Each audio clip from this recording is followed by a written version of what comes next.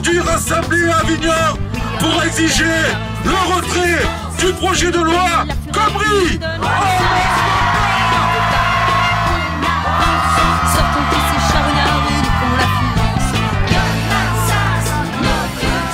Et aujourd'hui, c'est une réussite totale.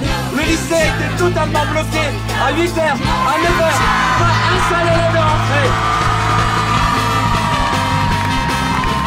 Les élèves ont tenu leur AG devant le lycée et ont une nouvelle fois exprimé le rejet total du projet de loi Khomri.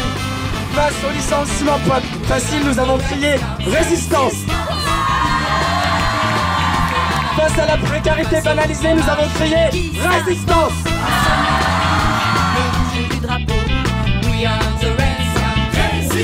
Enfin, en avant, en séquence arrière, c'est la politique.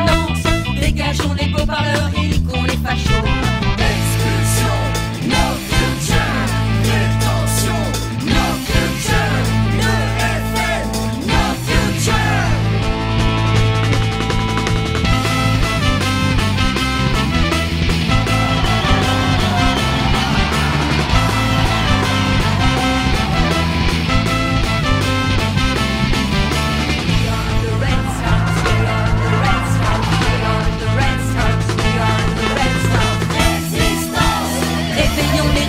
L'insurrection est proche, prenons le pouvoir, la confiance.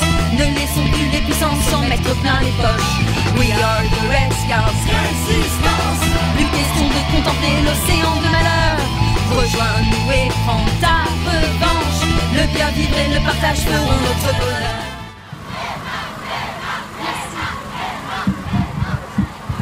Alors si je suis ici aujourd'hui, c'est pour représenter les jeunes communistes.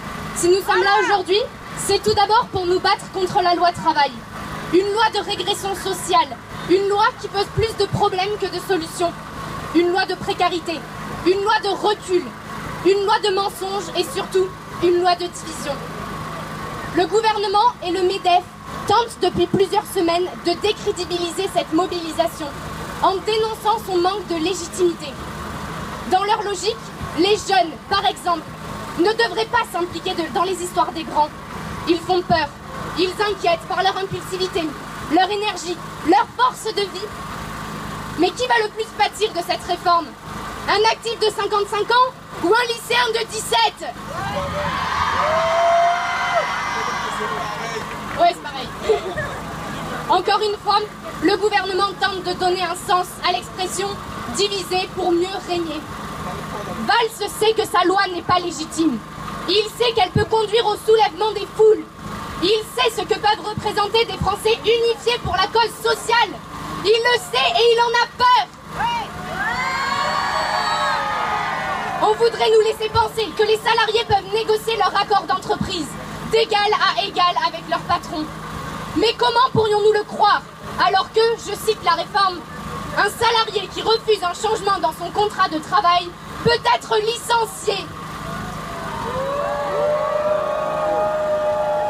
Face à ces contre-vérités, nous, jeunes communistes, voulons être un vecteur d'idées et de propositions fortes pour valoriser la vie des salariés et des petits patrons.